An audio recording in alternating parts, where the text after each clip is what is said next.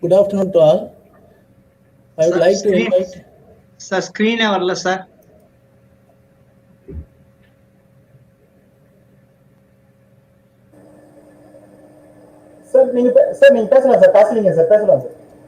Okay. Good afternoon to all. I would like to invite Dr. C.R. Udra, Dean of Research, Theivanai College for Women, to deliver the induction.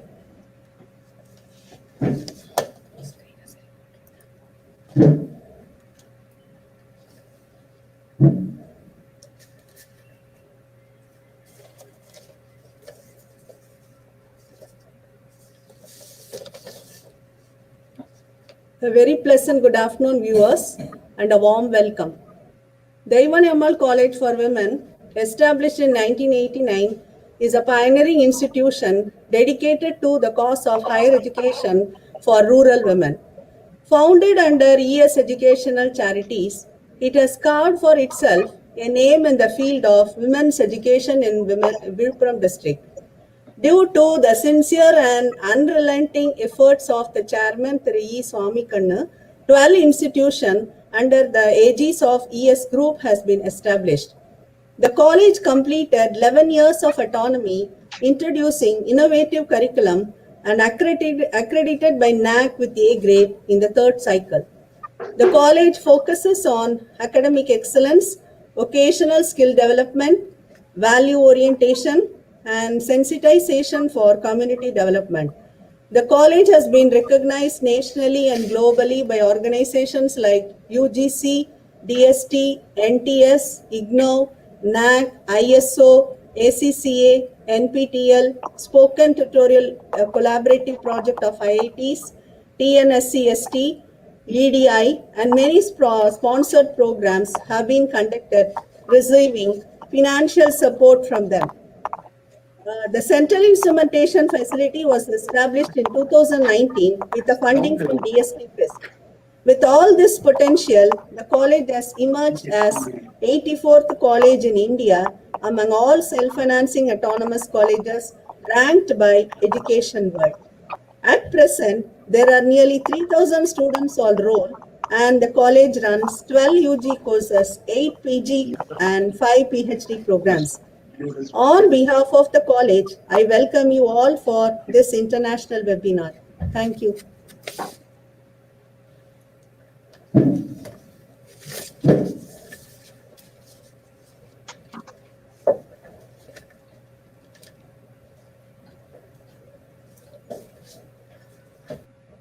Thank you, ma'am.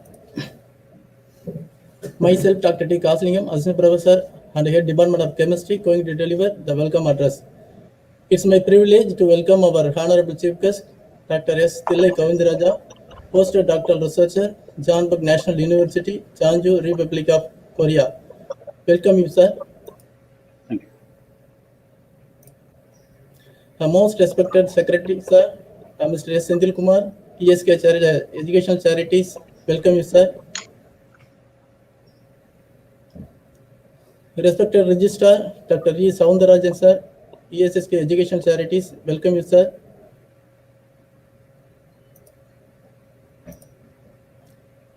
Respected Principal, Dr. M. Brinda, ma'am, Theivanai College for Women. Welcome you, ma'am. Respected Vice Principal, Ms. V.S. Selvi, ma'am, Theivanai College for Women. Welcome you, ma'am. Respected Dean of Research, Dr. C.R. Udra, ma'am, Theivanai College for Women. Welcome you, ma'am. The faculties, colleagues, my dear students and the participants, good afternoon, and I would like to welcome you all to this international webinar on experimental and computational perspective on environmental issues.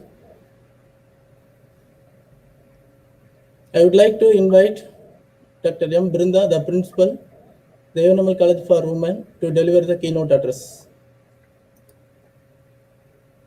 Very good afternoon. First of all, I would like to extend my sincere gratitude to our Secretary, Mr. S. Senthil Kumar.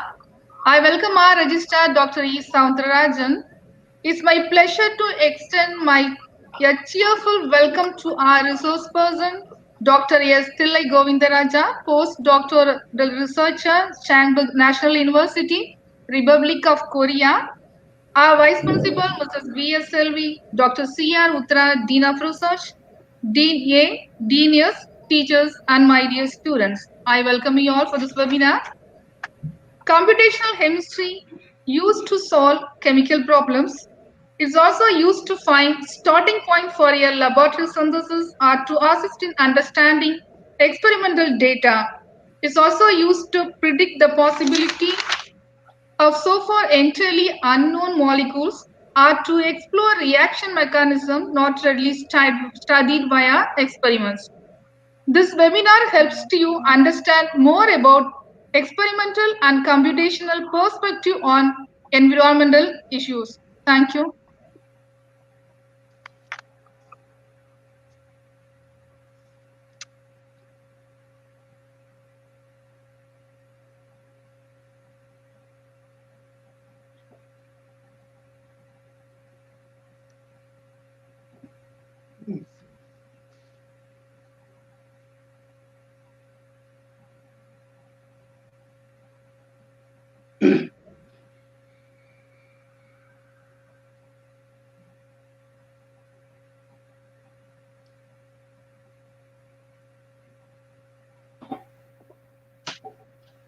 Most respected resource person, Dr. S.Thillai Govindaraja, Postdoctoral Researcher, Chungbuk National University, Korea, respected Principal, Vice Principal, Dean R, Dean A, Dean S, participants, good afternoon to all of you. First, let me thank the organizing committee for this opportunity given to me. Our college secretary, Mr. S. Senthil Kumar sir, conveyed his best wishes for every success of this webinar. Once again, on behalf of my management, I extend a warm welcome to our resource person, Dr. S.Thillai Govindaraja. In spite of his tight schedule, kindly accepted our invitation to participate in this international level seminar with all his difficulties. Thank you very much and hearty welcome to you, sir. Thank you, sir. Chemistry department is functioning as PG and research department in a vibrant manner. Our Dean of Research rightly pointed out the All India survey conducted by national level, Education World conducted All India survey. Based on this survey, out of 35,000 colleges all over India, Theivanai College for Women recorded 84th place. And the chemistry department, biochemistry and physics department jointly received DST FIST fund rupees 45 lakhs. Out of that, 50% of the amount is contributed by our benevolent management. Really, I appreciate the chemistry department. Experimental and computational perspective on environmental issue. The object of the webinar is to impart in the advanced knowledge in the major areas of computational backgrounds. Density field theory to explain experimental and computational approach on absorption of methylene blue and mercury in the reduction of carbon dioxide in the solar cell. I am sure that this webinar will be the eye-opener for the participants to gain more knowledge on environmental issue. Thank you all. Thank you, sir. I have the great pleasure to present the profile of today's guest of honor, Dr. S.Thillai Govindaraja. He did his PhD in Bharatiyar University, Coimbatore. He is a postdoctoral fellow of National Chemical Laboratory, Pune. The area of research is in computational chemistry, electrochemistry, and nanomaterials. The awards and honors, he received a few awards and published 30 research papers in reputed journals, and presented and participated in more national and international conferences. Thank you, sir.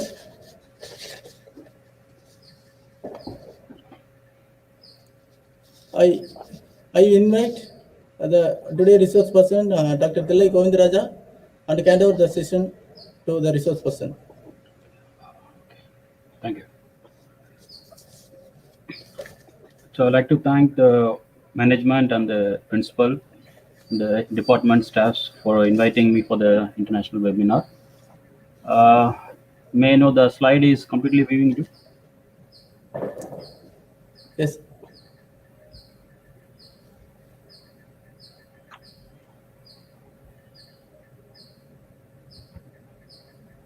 Yes, sir. Yes, sir. Yes, is fine now? Yes, sir. Yes. Okay.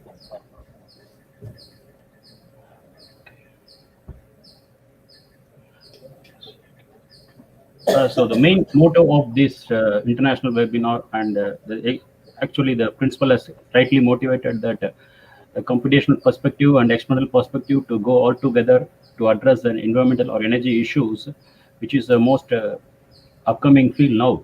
Because initially we used to see the experimental is separately working and computational is separately working. So when the experimental and computational perspective works in together, the environmental any issues can be solved very quickly, and you will be getting an nano material or energy material very quickly to the market.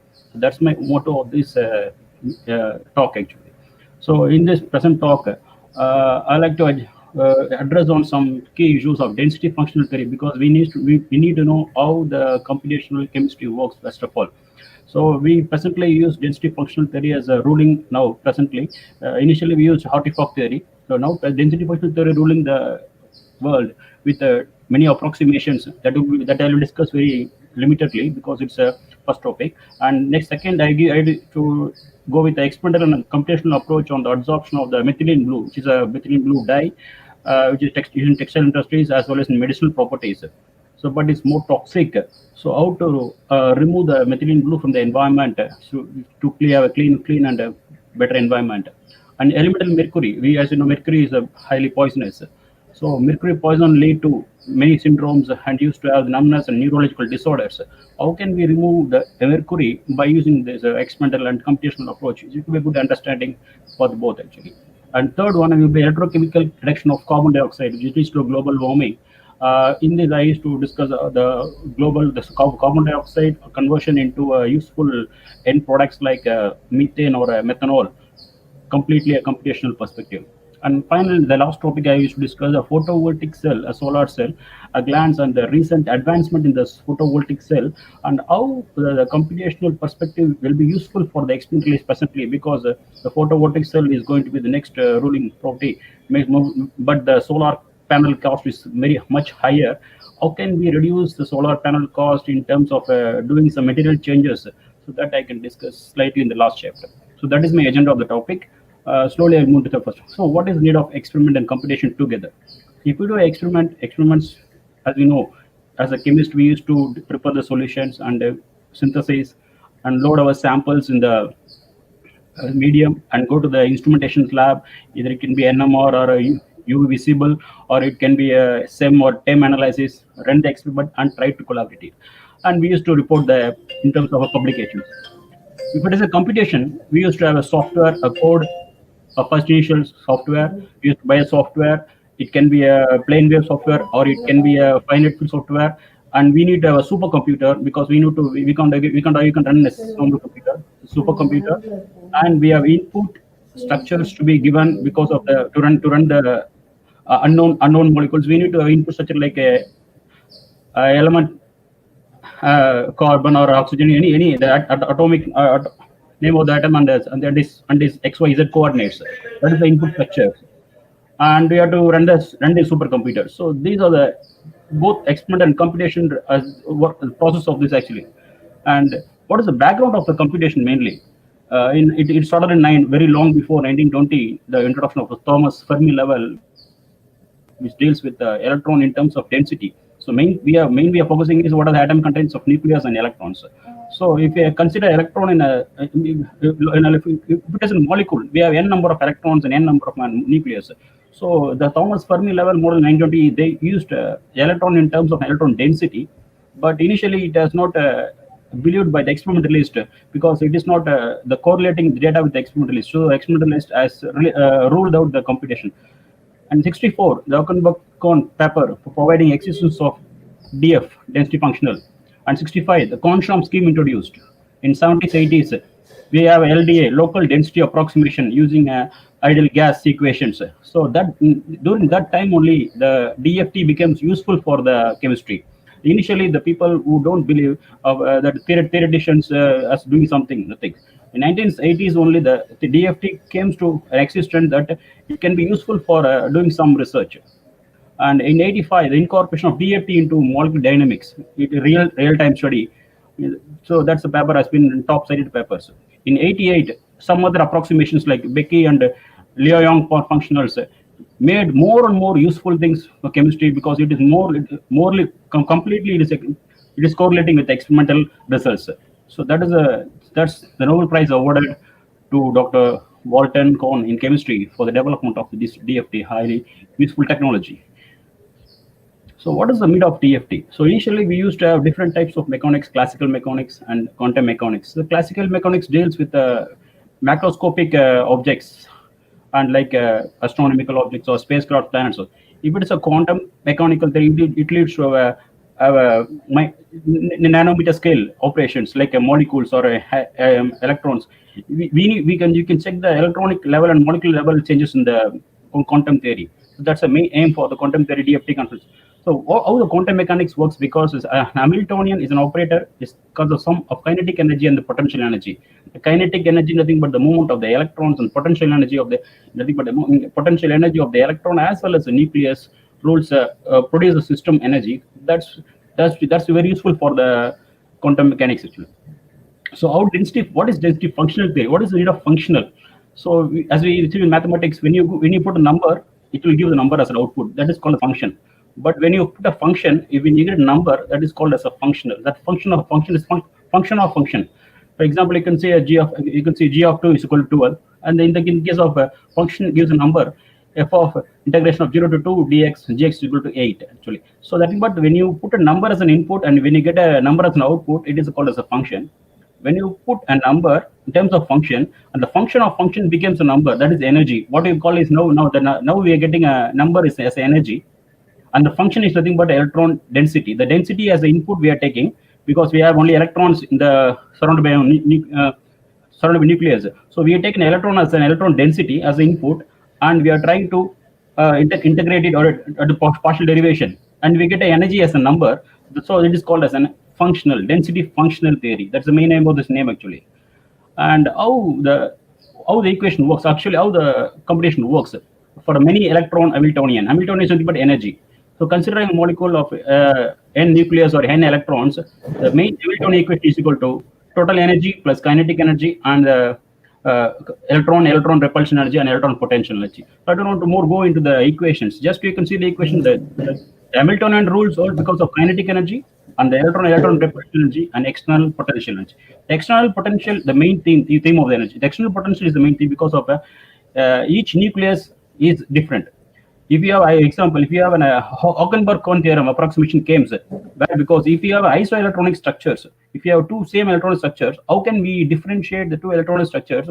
Only by the nucleus, because the number of protons can be varied in the nucleus. So there the external potential varies exactly. So knowledge of wave function determines the external potential. So the external potential will produce the ground state, which is the wave function. Now it's not degenerate. So that's collect such ground state wave function, such a wave function. Each element is associated with the Hamiltonian derived from the external potential. The external potential only clarifies the correct ground state or a global minimum of the molecules. Then comes the Schrödinger equation. Schrödinger equation is the main equation of the computational to solve for any molecules. So as I actually said before, Hamiltonian equation gives total kinetic energy plus potential energy plus U. That is T is the kinetic energy, what is called, and V is the potential energy, and U is the exchange correlations. So what I said before, some different exchange correlations like LDA PBE, B3LOP, different correlations are available recently. Now we are going into deeper correlations, different approximations of energies to actually to all the things to the cumulative to calculate the energy of the system. So the wave functions or contains measurable information like gives a probability. Many particularly depends on the position of electrons and nuclei. So what is the input we are giving from our side is only just a number of electrons and position of electrons and nuclei in the factorial. So if we take any molecule like carbon or any oxygen, or if we take a molecule like a methane or any, so we used to provide only the input as a structure. That is, it can be, if for example, if we take as a methane, it contains 1 carbon and 4 hydrogens in a tetrahedral geometry. 6 electrons. So it contains different evaluations. It contains more. So which is unpractical during the experiments. So this computation becomes very easy with a supercomputer, and now presently it is very much quicker. So how the calculation works basically? The self-assistant calculations, initially we are guessing the external potential. After guessing the electric potential, we are calculating the Hartree-Fock potential and exchange correlation potential and the overall potential. And the overall potential has been used to run the Schrodinger equation. So we are calculating the kinetic and potential energy, overall energy, and we are getting a new electron density. If the new electron density is matching with the initially guessed electron density, the output is done. Actually, we are get the global energy. Because if we didn't get the electron density, new density properly, it's matching with the initial guess, again the loop will go back. Again we have to calculate the Hartree-Fock potential. So this is a loop. Actually, this is an algorithm which used for calculating the self-assistant calculation to get the energy of the systems. So actually, what density functional theory does? Mainly, density functional theory works on some plane wave codes and pseudo potentials. And we have to give the input K parameters in terms of atoms or in terms of electrons and these XYZ coordinates. That's the main thing. Inputs are given to nothing. No other external inputs are given. Only the element labels as well as the element positions. That's it. So what can be calculated? So electronic band structures, equation of state, elastic constants, atomic charge, Raman, spectra, and different properties can be calculated using this density functional theory. So what I explained DFT does actually is it works mainly or depends on the electron density. The electron density is the key, is the input for the calculating the Schrodinger equations. So what for we are not giving any the electron density has been guessed by the DFT only. So we are giving only atomic types and atomic positions, initial guess geometry. So there is no any experimental inputs. So the other important is pseudo potential. What is pseudo potential? Pseudo means the false potential. So in the plane wave function calculations, so we used to have inner electron shells. If we take carbon is to 1s2 2p 2p4. So if you have 6 electrons, the valence shell, the inner shell is considered to be a core shell. So to avoid the core electrons, if for example I'm saying carbon, if you go for transitional metals like any other iron or anything else, if you have 3D elements or 4D elements, so the inner shells will be considered to be a core shell. And for that core shell, we have all for now on the periodic table. Now for all the elements, we have pseudo potentials.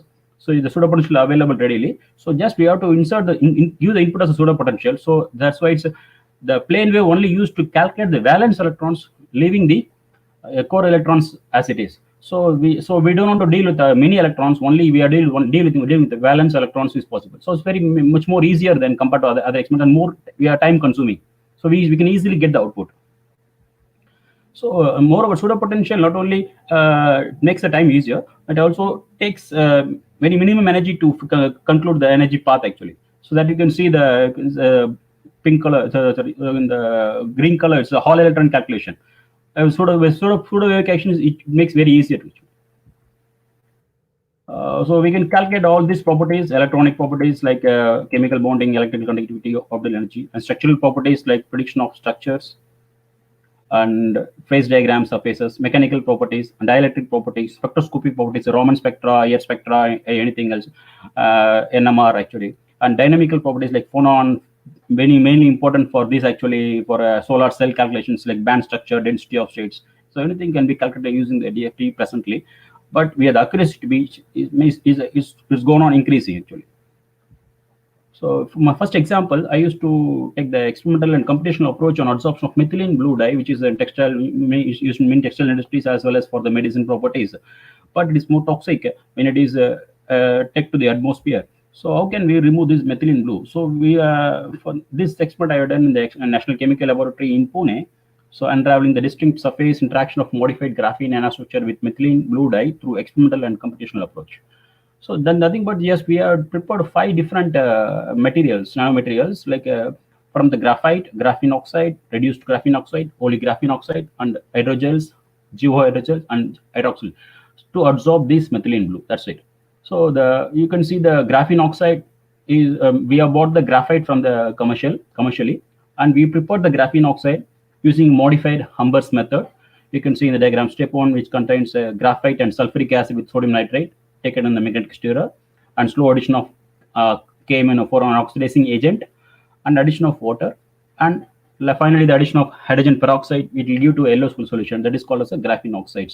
Nothing but we are taking a graphite, we are making into oxidized, so that the layer becomes the graphite nothing but like a single layer. So when you put oxide, if you remove the intercalation between 2 layers, oxygen enters into between 2 layers, and we get a graphene oxide layer. So it's very fluffy. It's fluffy actually. The graphite will look like a string, very actually rigid. When it's a graphene oxide, because of due to the oxygen intercalation in between layers, interlayers, you get a fluffy nature of graphene oxides. And the reduced graphene oxide, nothing but after the graphene oxide can be reduced by adding a reducing agent like sodium hydroxide, the OH minus ions, which reduces the epoxides and the OH minus ions present in the graphene oxides, and reduced to using a Teflon inlined stainless steel autoclave using hydrothermal treatment. It has been taken, and finally we produced a RGO. This is available in, and in case of third material, only reduced graphene oxide using hydrothermal treatment. Extra GO is in the Villupuram water using sonification, and we had a hydrogen peroxide of 0.3% for the geosuspension, and sonicated forwards to get the holy nature of the reduced graphene oxides. The other procedure is same as what is the reduced graphene oxide. The extra we are adding material is only 0.3% of hydrogen peroxides. And the fourth material is graphene oxide hydrogel. So in this GO dispersion, adding again we have same procedure. The CO dispersion is poured into 100 Teflon, same hydrothermal treatment. The final step is different. This hydrogel is freezed and dried and vacuum dried at 40 degrees centigrade for 24 hours. So now you find many foods are vacuum dried, completely remove the atmospheric oxygen present inside the food products. It gets completely vacuum dried. Once you remove the packet, the air get into the food products. Then it becomes usable. So likewise, we have tried in hydrogel is freeze dried and vacuum dried at 40 degrees centigrade in the hot air oven for 24 hours. So we can see the image of the hydrogel. It's like 3-dimensional structures, not like a material. Holy nature, again, by adding extra hydrogen peroxides, we are getting a holy nature of the graphene oxide hydrogels. These are 5 materials we have prepared in the lab, and we use these 5 materials to study the UV visible spectrometric experimental setup for real-time data analysis in in situ. So what is mainly thing is we can see a reaction vessel. We have made this vessel actually, the reaction vessel of around 30 ml actually.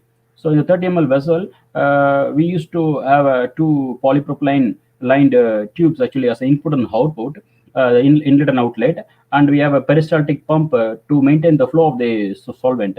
And this inlet and outlet has been connected to the UV visible spectrometer. Is the spatial actually to get a real-time analysis. It's every 3 minutes the data has been recorded for different samples. This is a setup actually. Then for the materials I used to prepare, we have 5 materials like graphene oxide, reduced graphene oxide, holy graphene oxide, and graphene hydrogel, and graphene hydrogel. So these are 5 materials we have prepared in different concentration actually. So 600 ppm, 1000 ppm, and 1400 ppm, 1800 ppm, and 2200 ppm. So different concentrations. So we used to mix this material as well as the methylene blue in a constant stirring, and we used to check the UV visible spectrometer and its adsorption capacity by using the formula that is C naught minus C by into volume actually. The initial concentration of dye, and we have to check the final concentration of dye left over by adsorption experiments.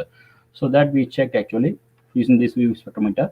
And you can see this is a field emissions scanning electron microscope of the different materials like graphene. You can see the very rigid nature of A actually, and the B image you can see the fluffy nature of the graphene oxides. And the third C is graphene, reduced graphene oxide, that after removing the epoxy groups and some of the epoxy groups and some of the hydroxy groups. And D is nothing but holy nature of the graphene oxide. And E and F are nothing but a hydrogel. It's a three-dimensional structure, considered to be a three-dimensional structure, but is a holy nature actually. So this is a same image. XRD pattern and Raman spectra of the modified graphene nanoparticles, like for the nanoparticles. You can see the only thing I want to specify in this actually, the first one is the XRD spectrum. In all the materials, the peak 27 degree is 00 provides a 27 degree, but for the GO is shifted to 11 degree due to the intercalation of oxygen atoms in the interlayered spacings. So that gives a unique nature of GO has been some special because of some special nature of XRD patterns. So some defects or deformation going on GO because of the adsorption of epoxy groups and the other oxygen functional groups. And that has been confirmed in Raman shift actually, Raman spectra for all the analysis. So mainly we have taken D and G ratio values.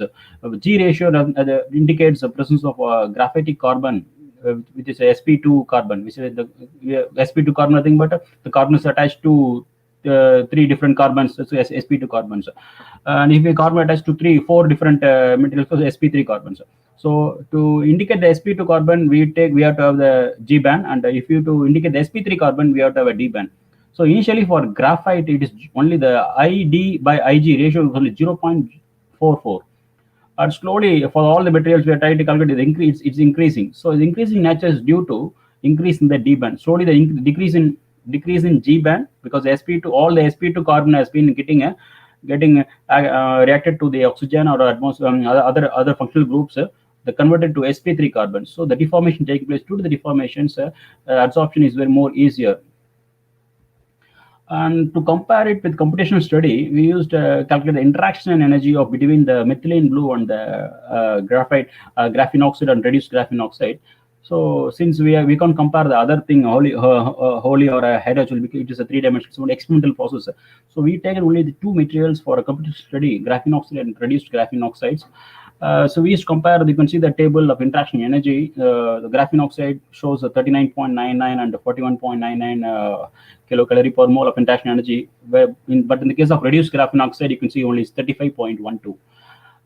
In terms of cation, after removing the methylene blue contains actually a chlorine. So if you remove the chlorine, it becomes a cation. So the adsorption of methylene blue cation on GO also 54.38 kilocalorie per mole, and reduced graphene oxide it is only 44. So that confirms that the interaction energy of GO is more complex than the reduced graphene oxides.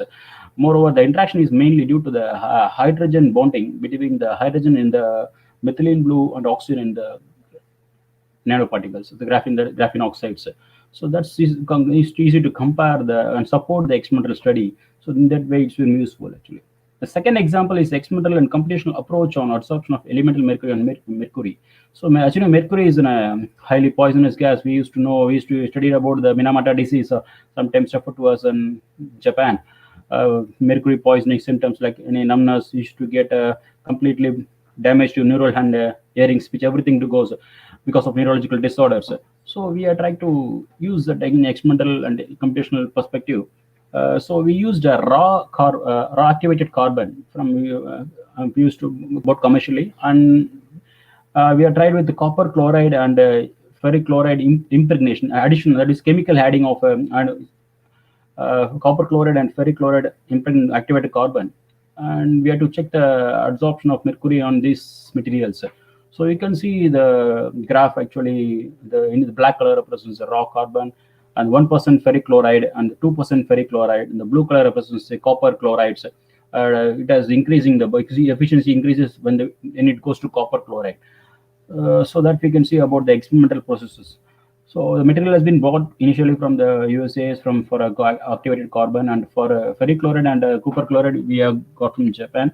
And these two samples has been bought and made to materials, and we take the surface area analysis like BD surface to check the active surface for adsorptions.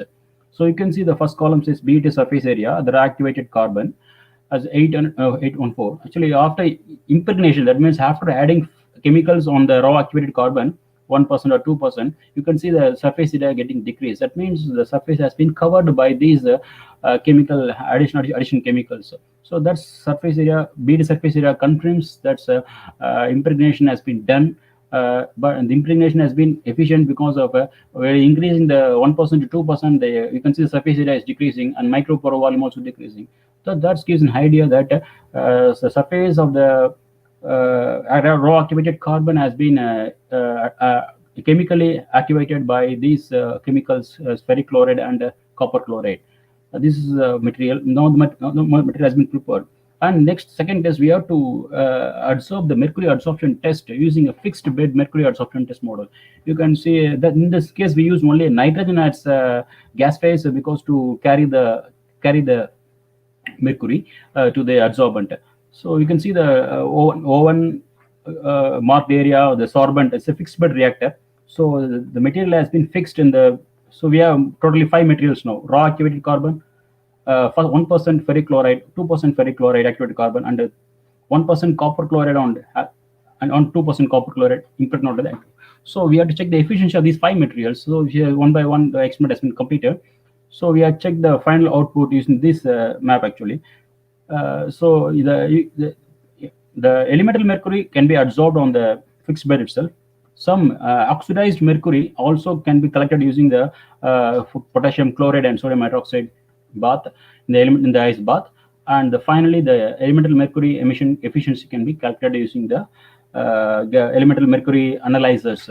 So the testing temperature is around 140 degrees centigrade, and oxidized mercury also can be measured. So we have mixed in elemental mercury emission by checking the output of the output concentration of the mercury by input into 100% oxidized mercury, and finally is mercury adsorption efficiency. So this only setup, and we can check the outlet elemental mercury concentration with the test time. You can see the first graph in the top actually between the test time 40 minutes from 0 to 40 and the outlet mercury concentration. For a graphite, the black color lines are sorry, not a graphite, it's a raw activated carbon, the black color line. It shows more elemental mercury concentration as an outlet. So that means nothing has been absorbed. Only just 4% has been absorbed. The remaining 96% has been removed. But in the case of 1% ferric chloride or 1 to or 2% ferric chloride, we get around 9.2% absorption, and remaining around 70% or 95% has been removed as mercury. So it's not absorbing. But in the case of copper chloride, 1% copper chloride, we got an absorption of 80%, and at 2% copper chloride, we get a 98%. So that gives a big boost for the experimentalist how copper chloride absorbs elemental mercury or oxidized mercury readily than the ferric chlorides and the raw activated carbons. So that motivates us to do the DFT study or computational study, why the copper chloride has absorption is much compared to the ferric chlorides. So for that, for supporting the experimentalist, we used to do a computational on copper chloride bulk structure and copper chloride surface. You can see the copper chloride surface taken with the unit cell of copper, 2 copper and 6 chlorine atoms, and the unit cell of ferric chloride is 8 iron and 16 chlorine atoms. So this structure has been taken. We have done the adsorption analysis of mercury on the surface. So we used to take different adsorption sites like a hollow site, bridge site, or a top site, any sites actually. So we used to take the stable adsorption site which possibly. So comparatively, we took hollow sites as being better performing. Among the top sites, hollow sites 1, 2, 3. If you can see the hollow 2 sites has been having a higher adsorption energy in terms of copper chloride, and if it is a ferric chloride, we are getting a bridge site and a hollow HCP nothing but an external close packing structure. So it's a better adsorption energy compared to the others. So the same process has been repeated for the oxidized mercury, like mercury chloride or mercury chloride absorption. So it's the same process is repeated in the same site, hollow 2 site for in terms of copper chloride, and for the ferric chloride, the same site, bridge 1 and hollow HCP has been chosen. Comparatively, we have got the adsorption energy much. But if we check the absorption energy is maximum in terms of copper chloride, but minimum in terms of ferric chloride. So that gives an initial advantage for us to support the experiment actually. So next, what are the fundamental understanding of mercury adsorption? So initially we said the larger negative adsorption energy in terms of copper chloride than iron or raw carbon. The adsorption strength difference may be attributed to fundamental electronegative. So as we know, we are dealing with only four elements now: chlorine, mercury, copper, and iron. Compared to the electronegativity of these in the Pauli scale, chlorine has a higher electronegativity compared to other three. You can see the range of electronegativities. So chlorine readily adsorbs electron from all the three actually. So the amount of electron withdrawn from copper or iron are 0, minus 0.191 and 1 minus 1.21 respectively. So you can see the amount of electron in chlorine in copper is 0.29 and 0.4 electron per atom. So this shows minimum accumulation of electrons on chlorine in copper. There is a chance of electron pulling from the chlorine can pull the electrons from mercury also. So that's the idea. So copper chloride has a relatively more strongly interacts with the mercury adsorbate compared to ferric chlorides. Moreover, since mercury is adsorbed on two surfaces, the withdrawn amount of electrons from mercury is minus 0.80 and 0.5. You can see the difference of much high difference between 0.80 for copper chloride and 0.05 only for ferric chloride. So this additional advantage for copper chloride surface to absorb the mercury. And the other one is the oxidation number, which a iron which is having +3 oxidation number and a copper which is having +2 oxidation number. So because when you want to, because chlorine is highly electronegative or mercury is highly negative, if you want to, if iron or copper need to donate electrons, you can see the ionization energy, because already copper is +2 and iron is +3. So what about if you consider the third ionization energy of copper, it is 3,554 kilojoule per mole, and the fourth ionization energy of iron is 5,028. So it's much higher. So it's easily possible is only copper. So from all these, cumulatively shares that copper surface as a highly perfect for the absorption of mercury and removal of mercury analysis. So that supports experimentary computations. And third, my examples I want to is carbon dioxide's computational approach, the electrochemical reduction of using two different catalysts actually. So one is a copper surface, other one is a single atom copper on a graphite catalyst.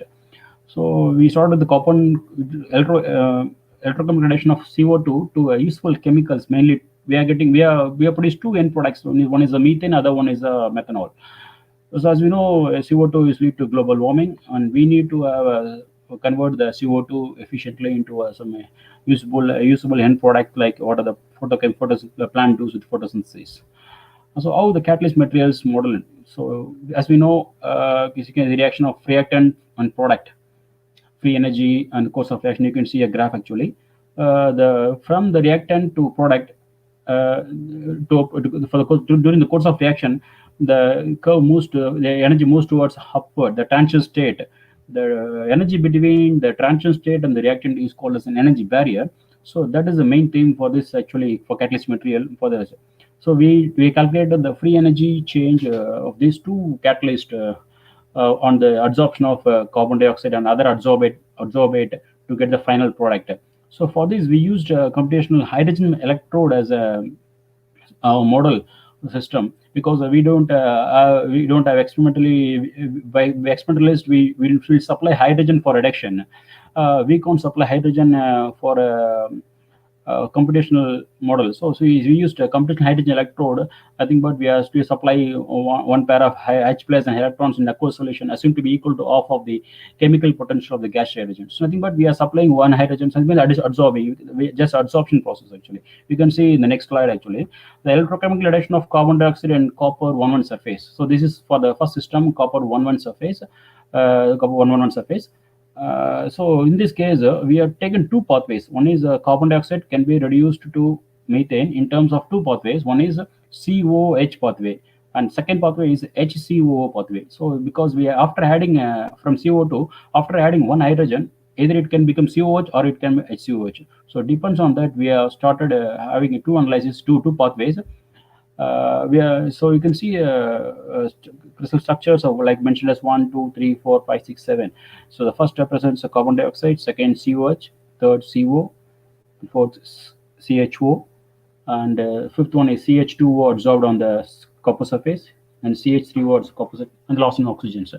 So in the third step, you are getting a removal of water, and the seventh step you are getting a removal of methane. So this is the process actually. So for this process, we absorb for each and every adsorbed has been absorbed on surface, and we used to calculate the energy and free energy. You can see the graph of the top actually. We have two black color indicates the COH pathway, and the white color hatched line indicates HCO pathway. So main thing to understand is nothing but the difference between the energy barrier. That's important actually. So in the case of you can see in the bottom I mentioned two pathways, and I mentioned a star on the first pathway because that is a more reliable pathway, because you can see which I highlighted in the red color, the transition from CO to CHO, that shows a least energy barrier of 0.83 electron volt.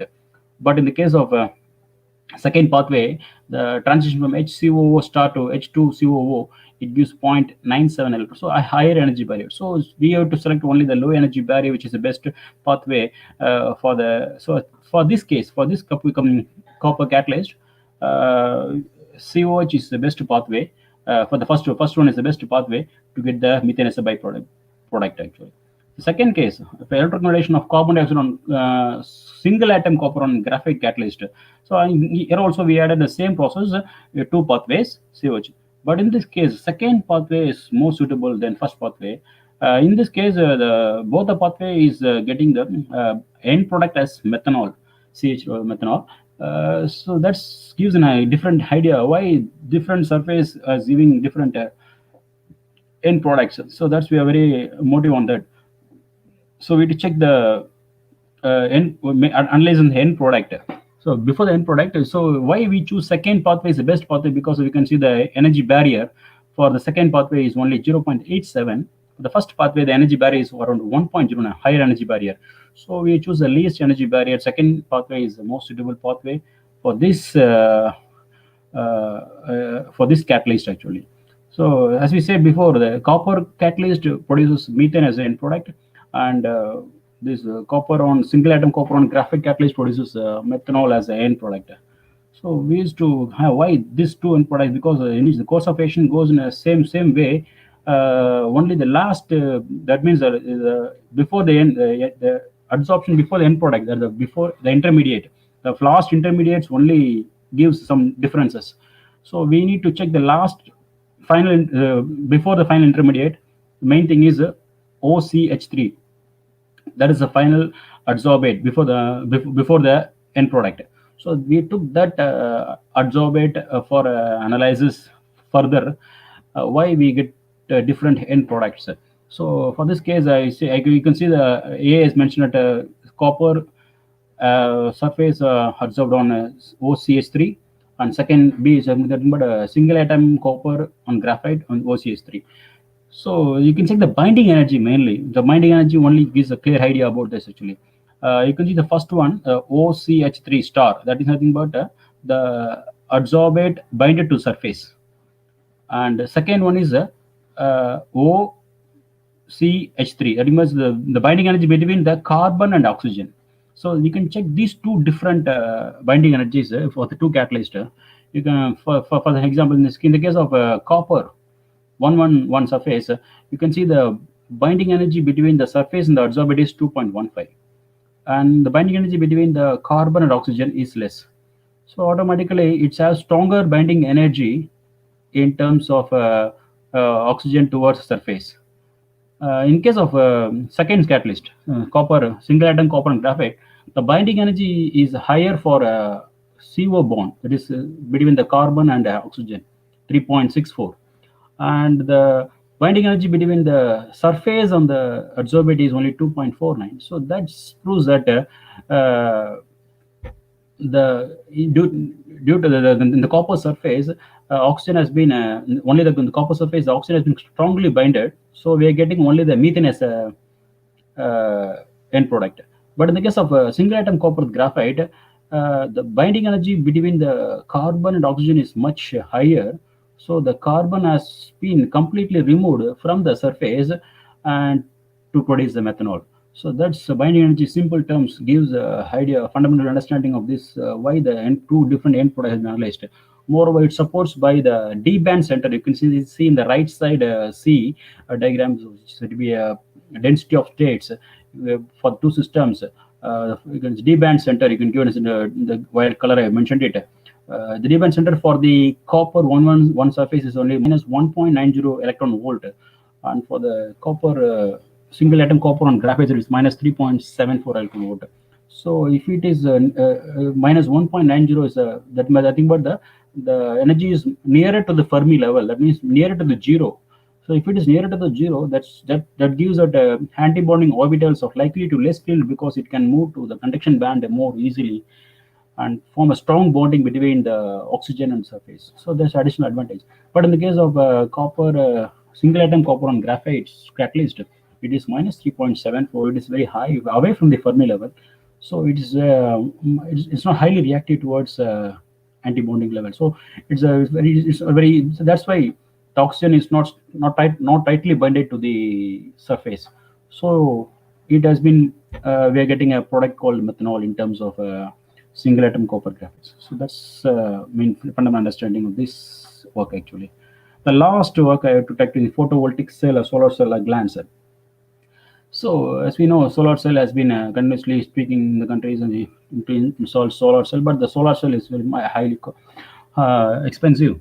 So more expensive we can't buy it, and the efficiency of the solar cell presently available in market is also only 20 to 25% efficiency.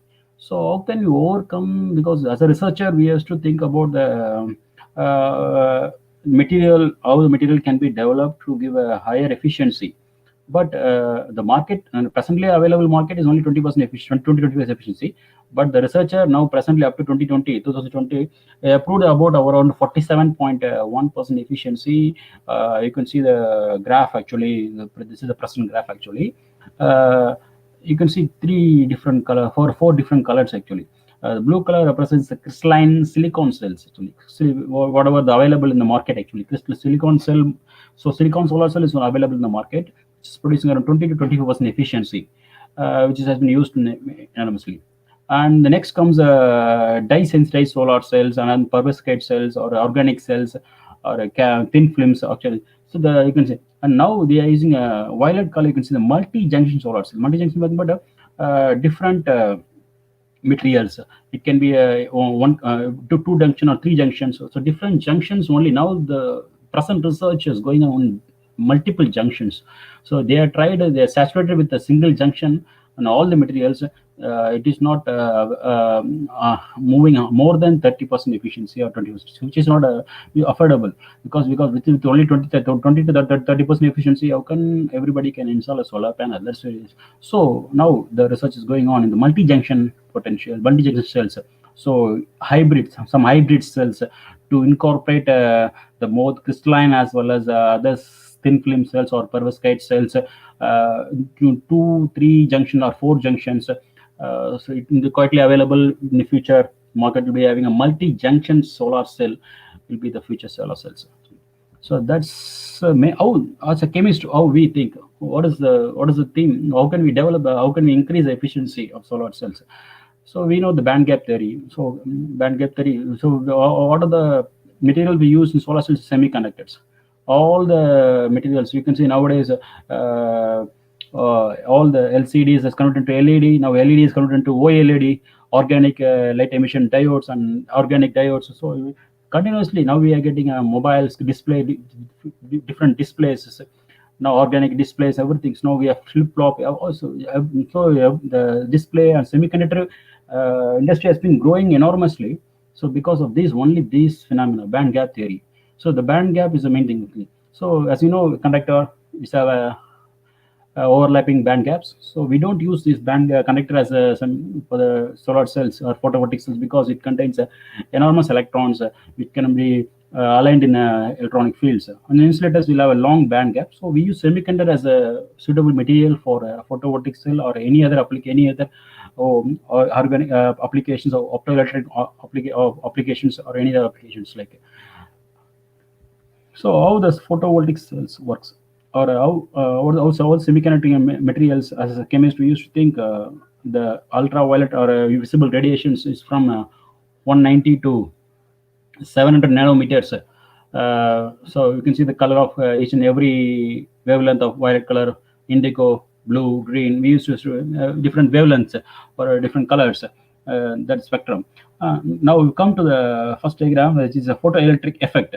So what is photoelectric? So we have studied about photoelectric effect. I think, but when a photon incident on a material, the material used to eject the electrons. That is the photoelectric effect. So how the material can eject the electron depends on the strength of the photons. So if we check example, give an example of potassium, which is potassium contains 2.0 electron volt needed to eject electrons. So if it is an eject is 2.0 electron volt, the material is, for example, is potassium. The photon incident on the material should have more than or 2.0.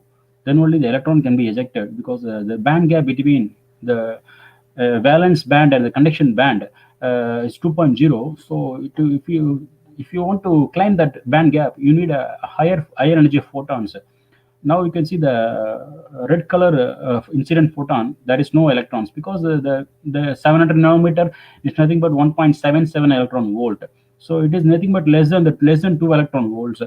So the incident photon is not enough efficient to pull the electron from the materials, or allow the electron from valence band to conduction bands. But in the case of green color, it is around 2.25 electron volt. It's a blue color 3.1 electron volt. So we have to think that ultra visible regions wavelength and its energy to be effectively used by the materials to eject the electron. That is the main property, because eject only how the photovoltaic cells work because of the ejection of electrons from the valence band to the conduction band, and continuous flow between the positive and negative holes and electrons. We call p-n junctions. The p-n junction should be always active. So that if it is always active, the photon should be highly enough to eject the electron from the materials. So that's material we have to think in that way. Yes, example, we have seen the example of semiconductor silicon is 1.12 electron volt. Is an excellent material because it's at 1.12 electron volt. So it can eject the electron from the materials because of the visible range comes from 1.7 to 3.0. But again, the wavelength of blue color, if we take a silicon material, silicon will use mainly the longer wavelength, that is the red color regions. But the around blue color regions or blue or violet regions, sometimes it's wasted in terms of silicon solar cells. But in case of perovskite solar cells, we have that material ranges from around 2 to 3 electron volt. So in that case, that material used to eject electrons use effectively the blue color and violet color regions. So this is a problem with the materials. Sometimes material is not wasting the energy, wasting the amount of, because we are continuously receiving radiation from the sun. But whether the material is effectively using the radiations and ejecting the electron, that is important. We're converting the into energy form. And we have to convert into we have two type of band gap actually. So direct and indirect band gap. For in type of silicon, you say the other problem with the silicon is we have indirect band gap. Indirect band gap, the valence band maximum, you can see the red color, and the conduction band minimum. The energy is indirect because you don't have the same K value. You can see the line is moving. The conduction band is away from the valence band slightly. So K value. So the momentum has been shifted to right side.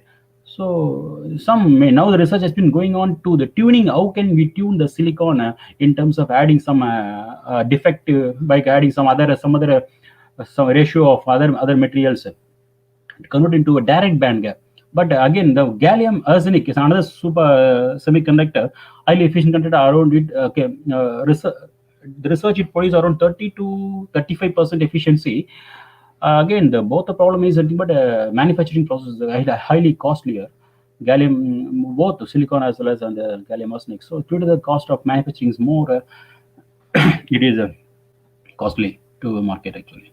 So silicon solar cell manufacturing process from the sand, from silicon sand we are getting crystalline silicon to monocrystalline ingot, like a pen shape. From the pen shape we are making a silicon wafer, and it finally taken to a solar cell. It can be N-type solar cell or a P-type solar cell, depends on the adsorbance of phosphorus and boron we already studied in the beginning. So now we can see the graph actually. Now we are taking, in many countries they are using only a highly efficient, means only a monocrystalline silicon photovoltaic cells. Slowly in future time you can see more N-type cells will be increasing, and they are also tuning the band gaps from, you can see the from the indirect band gap to direct band gap shifting also increases the efficiency of these solar cells. So that way chemists can think how can we do some chemical phenomena that's nothing but by introducing some ratios or introducing some structural defects or structural tunings which increase the efficiency of solar cells. And the last one, the perovskites are best solar cells, nothing but we have two cations. A and B are the cations, and X is nothing but an anion, and it mainly an halide. Either it can be bromine, or chlorine, and iodine.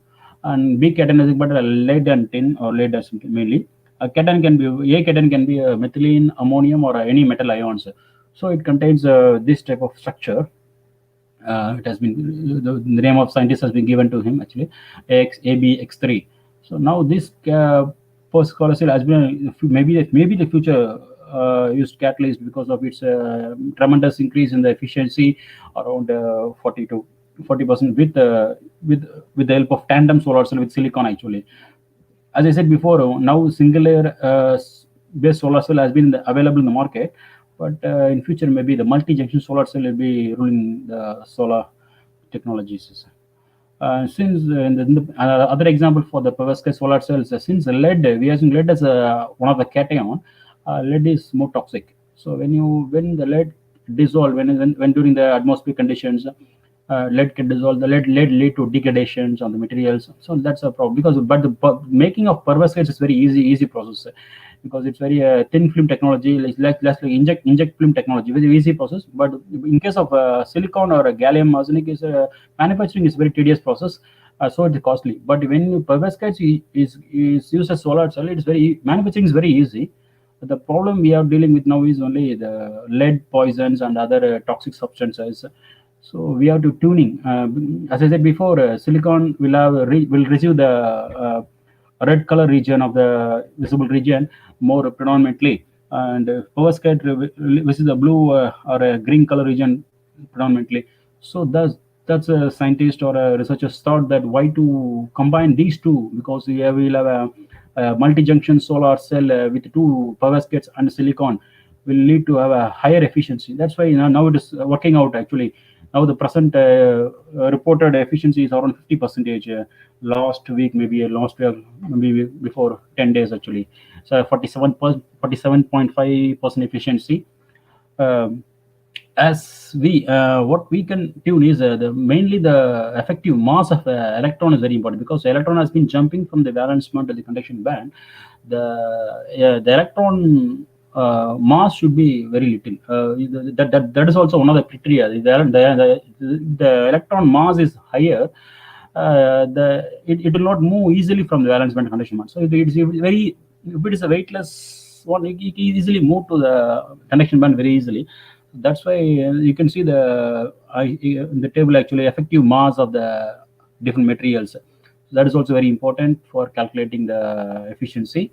And band gaps, said before, the direct band gap, indirect band gap, and the absorption coefficients. And these are the things I want to discuss about the solar cell class actually. So the main motive of this webinar talk actually to give you input about the computational and experimental work together to provide a better material for the future. Thank you.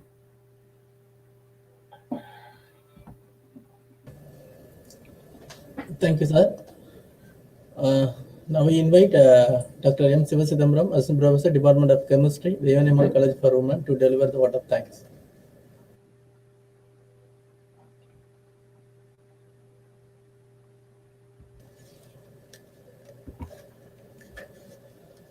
Good afternoon to all. I deem it's a great honor and privilege to propose the vote of thanks on this memorable international webinar. First and foremost, I thank our honorable chief guest, Dr. S.Thillai Govindaraja, postdoctoral fellowship, Chungbuk National University, Cheongju, Republic of Korea, who despite his busy schedule has found time to grace this international webinar, but also a exciting presentation with the topic based on computational chemistry related to environmental issues. Nowadays, it's very useful and relevant topic to the environmental problems. Thank you, sir. We are grateful to our management. He is the pillar of our management, Mr. S. Sindhil Kumar, Secretary, Theivanai Ammal College for Women, for his words of encouragement and his guidance has always encouraged us. Thank you, sir. I'm grateful to thank to Dr. E. Soundararajan, Registrar ESSK Educational Charities, for his valuable contribution. Thank you, sir. I'm grateful to thank Dr. M. Brinda, Principal, Theivanai Ammal College for Women, for her stewardship, support, vision, and commitment. Thank you, ma'am. I thank Ms. V.S. Sylvie, Vice Principal, Theivanai Ammal College for Women, for her unstinted support for this webinar. Thank you, ma'am.